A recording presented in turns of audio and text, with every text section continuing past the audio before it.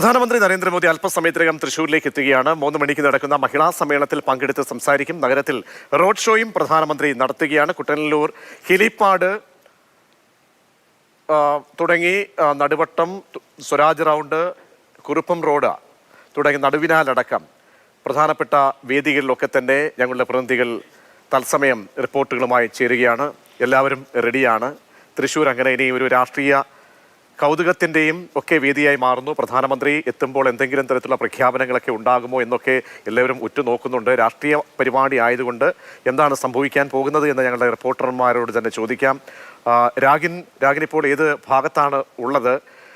അല്പസമയത്തിനകം രാഗിനിലേക്ക് മടങ്ങിയെത്താം. ശ്യാം പ്രസാദ് ഉത്തമൻ ചേരുന്നുണ്ട്. ശ്യാമ, എന്തൊക്കെ ഒരുക്കങ്ങൾ പൂർത്തിയായിട്ടുണ്ട്? അല്പസമയത്തിനകം തന്നെ പ്രധാനമന്ത്രി പറഞ്ഞ സമയത്ത് തന്നെ എത്തുമല്ലോ. നഗരം കടുത്ത സുരക്ഷാ കോട്ടയിൽ തന്നെയാണല്ലോ വരുന്നു. അതിനുശേഷം 1.5 മണിക്കൂറോളം ക്ഷമിക്കണം 1.5 കിലോമീറ്ററോളം നീളുന്ന റോഡ് ഷോ, അത് പ്രധാനപ്പെട്ടതാണ്. അവിടെയാണല്ലോ ഈ പാർട്ടി പ്രവർത്തകരൊക്കെ അവർക്ക് കാണാനുള്ള വേദി. പിന്നീട് മഹിളാ സംഗമ വേദി, അവിടെ 2 ലക്ഷത്തോളം ആളുകൾ എത്തുമെന്നാണ് BJPയുടെ അവകാശവാദം. എങ്ങനെയാണ് അവസാന നിമിഷത്തിലെ കാഴ്ചകൾ? എന്താണ്? എപ്പോൾ പ്രധാനമന്ത്രി എത്തിച്ചേരും കൊച്ചിയിലേക്ക്?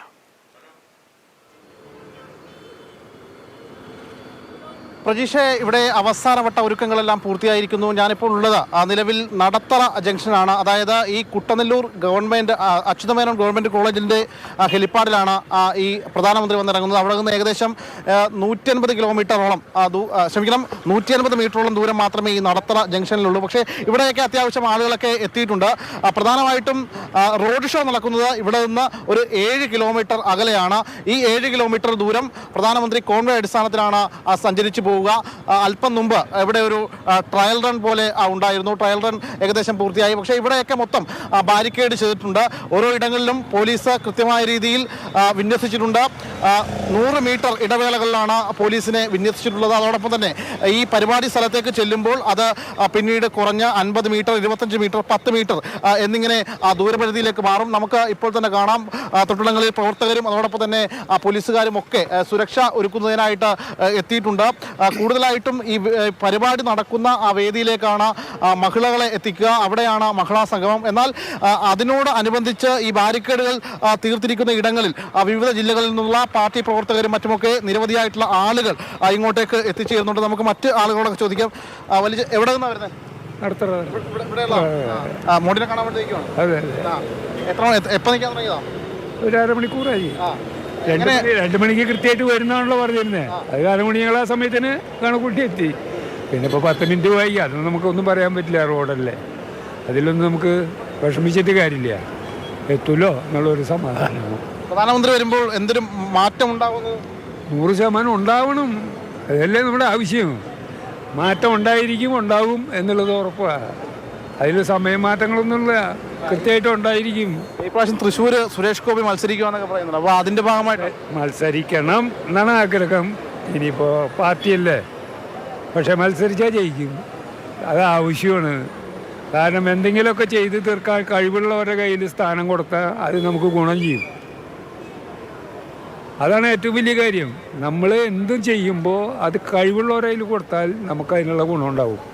അത് വരണം. നരേന്ദ്രമോദി ഇവിടെ വരുമ്പോൾ ഒരുപക്ഷെ ഇന്നിപ്പോൾ സുരേഷ് ഗോപിയുടെ ഒരു സ്ഥാനാർത്ഥി പ്രഖ്യാപനം ഉണ്ടാവണമെന്നാണ്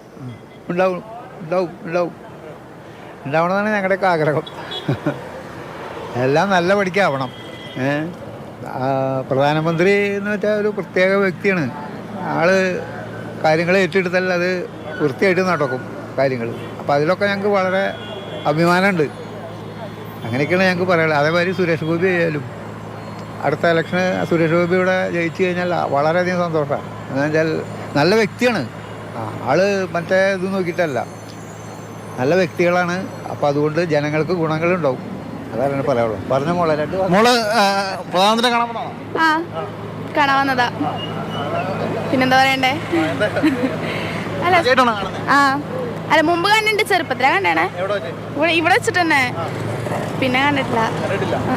എന്തായാലും നരേന്ദ്രമോദിയെ കാണാൻ വേണ്ടി തന്നെ കാലയെകൂട്ടി നിരവധിയായിട്ടുള്ള ആളുകൾ മറ്റും ഇങ്ങോട്ടേക്ക് എത്തിയിട്ടുണ്ട്. അവരുടെ പ്രതികരണങ്ങളൊക്കെയാണ് നമ്മൾ കേട്ടത്. ഇവിടെയല്ല പ്രധാനമായിട്ടും ആളുകൾക്ക് കാണുവാൻ വേണ്ടി സൗകര്യമൊരുക്കിയിരിക്കുന്നത്. തൊട്ടപ്പുറത്ത് ഏകദേശം ഒരു 6 കിലോമീറ്റർ അപ്പുറത്ത് ആണ് ഈ ജനറൽ ആശുപത്രി പരിസരം.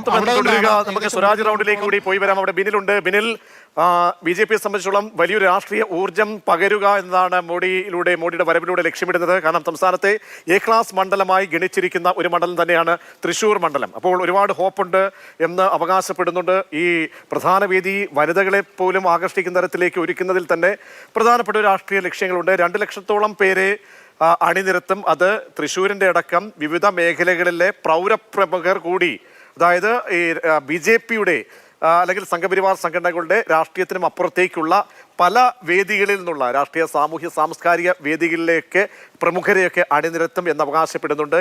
എന്താണ് അങ്ങനെ ഒരു അവകാശവാദമൊക്കെ കാണാൻ കഴിയുന്നുണ്ടോ? എത്രത്തോളം ആളുകൾ തൃശ്ശൂരിനെ സംബന്ധിച്ചോളം ഇതിനോടകം എത്തിയിട്ടുണ്ട്?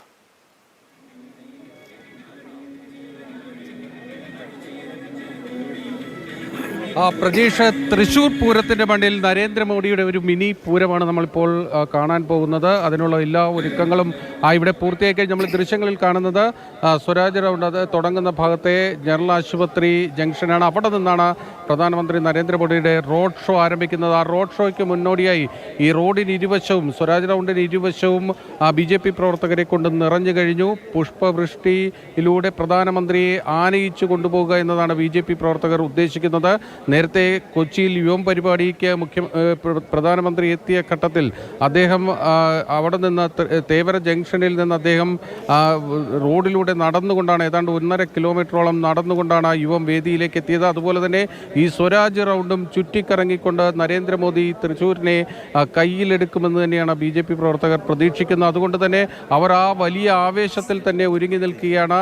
ആ തൃശ്ശൂർ സ്വരാജ് റൗണ്ടിന് ചുറ്റും വലിയ മ്യൂസിക് സിസ്റ്റംസ് ഒക്കെ വെച്ചുകൊണ്ട് വരണം മരണം മോഡി എന്ന പാട്ടുകളൊക്കെ ഇട്ടുകൊണ്ടാണ് BJP പ്രവർത്തകർ നരേന്ദ്രമോദിക്കായി കാത്തു നിൽക്കുന്നത്. 3:25 പ്രധാനമന്ത്രിയുടെ നരേന്ദ്രമോദിയുടെ റോഡ് ഷോ ഇവിടെ ആരംഭിക്കാൻ പോകുന്നത്. അത് കൃത്യസമയത്ത് തന്നെ 3:25 തന്നെ പ്രധാനമന്ത്രിയുടെ വാഹന വ്യൂഹം ഇങ്ങോട്ടേക്ക് എത്തിച്ചേരും എന്ന പ്രതീക്ഷയിൽ തന്നെ പോലീസ് ഉദ്യോഗസ്ഥർ അവരുടെ അവസാനവട്ട ഒരുക്കങ്ങൾ പൂർത്തീകരിച്ചു കഴിഞ്ഞു. പ്രധാനമന്ത്രിയുടെ പ്രത്യേക സുരക്ഷാ സേന SPG ഉദ്യോഗസ്ഥരെല്ലാം തന്നെ ഇപ്പോൾ ജനറൽ ആശുപത്രി ജംഗ്ഷനിലുണ്ട്. കാരണം അവിടെ നിന്നാണ് പ്രധാനമന്ത്രിയുടെ റോഡ് ഷോ ആരംഭിക്കുന്നത്. അതായത് അദ്ദേഹം വാഹന വ്യൂഹത്തിൽ വന്ന് ഈ ജനറൽ ആശുപത്രി ജംഗ്ഷനിൽ വാഹനത്തിൽ നിന്ന് പുറത്തേക്കിറങ്ങുമെന്ന് തന്നെയാണ് പ്രതീക്ഷിക്കുന്നത്. അതിനൊത്ത സുരക്ഷാ ക്രമീകരണങ്ങളാണ് ഇവിടെ ഏർപ്പെടുത്തിയിരിക്കുന്നത്. ഈ റോഡിന് 2 വശത്തും അങ്ങനെ അപ്രതീക്ഷിതമായ പലതും ഒരുപക്ഷെ റോഡ് ഷോയിലൊക്കെ കാണാം. നമുക്ക് നേരത്തെയൊക്കെ കഴിഞ്ഞ തവണ വരുമ്പോഴൊക്കെ കൊച്ചിയിൽ വരുമ്പോഴും അപ്രതീക്ഷിതമായ നീക്കങ്ങൾ, കാരണം സുരക്ഷാ വലയത്തിനിടയിലും ജനങ്ങളിലേക്ക് അല്ലെങ്കിൽ